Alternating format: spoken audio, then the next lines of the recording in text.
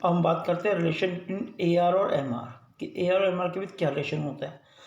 A R और M R के relation को स्टडी करने से पहले हमें देखना पड़ेगा कि जब रेवेन्यू कौन जनरेट करता है, फर्म जनरेट करती है। अगर वो फर्म प्राइस को कांस्टेंट रखती है, मतलब अगर price of the goods constant रहता है किसी भी क्वांटिटी को सोल्ड करने पे, तो उसका रिलेशन कैसे बनता है उसको पढ़ते हैं। देखो, अगर ये यूनिट है 1 2 3 4 5 और प्राइस कांस्टेंट है, जैसे मैंने कहा था ए आर भी कहते हैं 5 5 5 5, तो अगर टी आर हमें निकालना है तो हम कैसे निकालेंगे, यूनिट को मल्टीप्लाई बाय प्राइस करते हैं जो ए आर होता है। तो जब इसको और इसको मल्टीप्लाई करेंगे, इस लाइन को इस लाइन से मल्टीप्लाई करेंगे तो हमें टी आर मिलेगा 5, 2 को 5 से किया 10, इस तरह 3 को 5 से किया 15 20 25। अब टी आर से अगर मुझे एम आर निकालना है तो मुझे पता है नीचे से ऊपर माइनस करते हैं।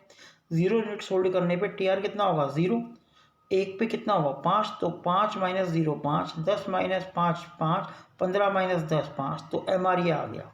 तो यहाँ से एक बात निकल के आई कि जब प्राइस कांस्टेंट होता है तो ए आर और एम आर दोनों बराबर होते हैं और टी आर जो है वो एक कांस्टेंट रेट से बढ़ता है। कांस्टेंट रेट का मतलब हमें पता है कि एम आर जो होता है, टी आर का जो रेट होता है, टोटल रेवेन्यू का रेट में जो चेंजेस होता है वही एम आर होता है और एम आर फिक्स है।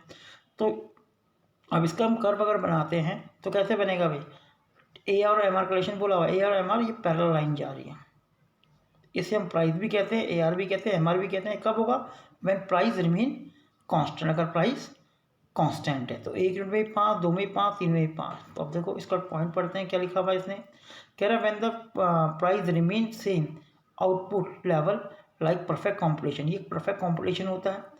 परफेक्ट कॉम्पिटिशन में प्राइस सेम रहता है, मार्केट की एक कंडीशन होती है जो हम अगले चैप्टर्स में पढ़ेंगे। No firm is in position to influence the market price और produce a firm can sell more quantity of output of the same price, कितनी भी क्वांटिटी सोल्ड करनी प्राइस को चेंज नहीं कर सकता।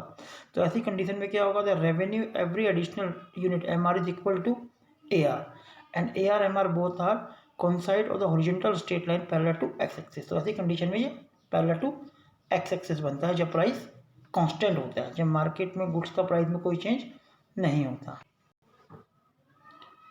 अब बात करते हैं कि जब प्राइस कांस्टेंट है तो टी आर और एम आर के बीच का रिलेशन होता है। अब ये ग्राफ वही आ गया, अगर प्राइस कांस्टेंट है तो टी आर एक कांस्टेंट रेट से बढ़ रहा है और एम आर फिक्स है। तो एम आर लाइन ये स्ट्रेट जा रही है 5 5 5, तो 5 के स्ट्रेट का एम आर लाइन जा रही है, जो हमें पता है कि वो प्राइस भी होता है, ए आर भी होता है, एम आर भी वही होता है। किस कंडीशन में, प्राइस कांस्टेंट हो, जो कि परफेक्ट कॉम्पिटिशन की कंडीशन होती है। और ऐसे में टी आर एक फिक्स रेट से बढ़ता है, 5 10 15 20 ऐसे बढ़ता है। देखो लिखा है कि MR remain constant and TR is also increase at a constant rate, and due to this reason TR curve is positively slope straight line, एक पॉजिटिव स्लोप, इसे पॉजिटिव स्लोप कहते हैं और एक स्ट्रेट लाइन है। At TR S T R is zero at zero level of output and T R curve start from the origin. अब ये origin से स्टार्ट होगा क्योंकि जब कुछ भी यूनिट सोल्ड नहीं कर रहे तो टी आर हमारा क्या होगा 0। तो 0 से स्टार्ट होते हुए एक स्ट्रेट लाइन जाएगी, लेकिन कंडीशन क्या है, व्हेन प्राइस इज कांस्टेंट, कि प्राइस फिक्स होगा चाहे आप कितनी भी क्वांटिटी सोल्ड करो।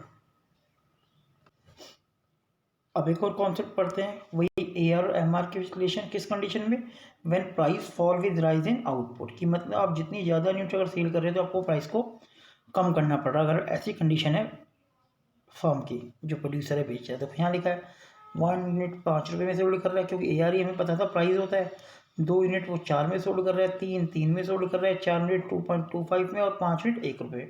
तो इसकी वजह से हमने टी आर निकाल लिया इन दोनों को मल्टीप्लाई करके, तो टी आर 5 8 9 9 और 5 आ गया। एम आर हमने टी आर से निकाला, 5 के ऊपर 0 है, 5 8 माइनस 5 3, 9 माइनस 8 1 0, ये तो ये ए आर आ गया, ये टी आर आ गया और ये ए आर आ गया, सॉरी एम आर और ये ए आर। अब देखो ए आर और एम आर को हम देखें तो दोनों कम हो रहे हैं, लेकिन ए आर धीरे धीरे कम हो रहा है, 5 4 3 2.5, जबकि ये 2 यूनिट 5 से 3 हो गया, 3 से 1 हो गया, 0 भी हो गया और नेगेटिव भी हो गया। तो यहाँ से क्या बात निकल के आती है कि अगर प्राइस फॉल करता है आउटपुट बेचने के साथ तो ए आर एम आर का नीचे गिरते हुए होते हैं, ए आर भी गिरता है और एम आर भी गिरता है। बस एम आर अधिक तेजी से गिरता है, वो 0 भी हो सकता है और नेगेटिव भी होता है, लेकिन ए आर कभी 0 और नेगेटिव नहीं होगा, ध्यान रखना बेटा। क्यों, ए आर प्राइस होता है, प्राइस कभी 0 नहीं हो सकता और ना ही प्राइस नेगेटिव हो सकता है। तो ये कंडीशन है जब वो फर्म अपनी गुड्स बेची है जो प्राइस कम प्राइस पे ज़्यादा गुड्स बेच रही है और ज़्यादा प्राइस पे कम, यहाँ प्राइस कांस्टेंट नहीं है, उस कंडीशन में ए आर एम आर ऐसे बनता है। अब इसका थ्योरी पोर्शन एक बार देख लेते हैं जो लिखा हुआ है इसने। ये कह रहा है when the firm increase in volume of sale only the decrease in price under imperfect competition कहते हैं। ये भी मार्केट की सिचुएशन होती है, एक तरह की मार्केट होती है जो आने वाले चैप्टर में डिटेल में पढ़ेंगे। फिलहाल हम इतना ध्यान रखते हैं कि ये वो मार्केट होती है जहाँ पे ज़्यादा गुड्स बेचने के लिए प्राइस को कम करना पड़ता है, जबकि परफेक्ट कंपटीशन वो मार्केट थी जहाँ पे प्राइस का कोई इफेक्ट, गुड्स पे प्राइस का कोई इफेक्ट नहीं पड़ता, प्राइस कांस्टेंट था। तो लिखा है AR फॉल में increase in sale and item revenue for every additional unit MR will be less than AR। MR जो है वो AR से कम होता है। AR MR बोथ का slope downward from left to right, ये लेफ्ट टू राइट डाउनवर्ड होते हैं and can be better understand, ये ग्राफ के थ्रू हमें से एक्सप्लेन किया गया है। तो ये रिलेशन हो गया जब प्राइस गिरता है, उस फर्म की बात हो रही है जब प्राइस कम होगा और पहले जो फर्म थी उसमें प्राइस कांस्टेंट था।